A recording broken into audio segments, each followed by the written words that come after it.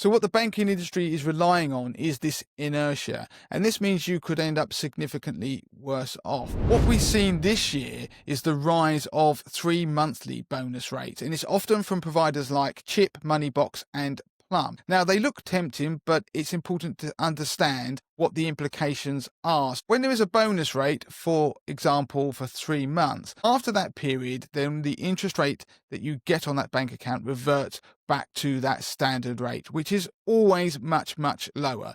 So in the current climate, we're seeing things like an underlying rate of just over 2%, and maybe you'll get a 2% bonus rate for 3 months. And what that does is make the overall rate so competitive that it tops those Best Buy tables, which often Andy's having to update multiple times a day. But the underlying rate would get them nowhere near the Best Buy tables at all. What you will find, there will be some other banks out there that don't have 3 month bonus rates, that may be sitting third or fourth in the Best Buy tables, that might be maybe 0.5% or 1% below the total rate the likes of Chip, for example, are producing with their bonus plus that underlying rate. Now, what's been shown in research by II is that 60% of people don't move their money when the bonus expires. So what the banking industry is relying on is this inertia, and this means you could end up significantly worse off. So what you need to do is work out what the effective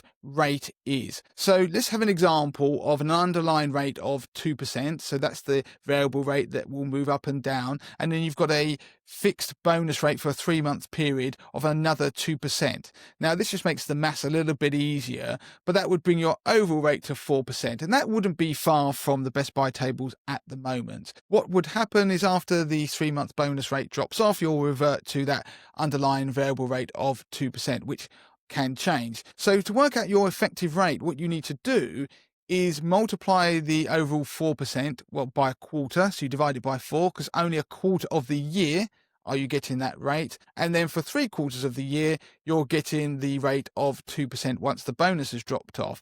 So if you multiply the 2% by 0.75 and the 4% by 0.25, and you add that together, what you find is you get an effective rate for that year of just 2.5%.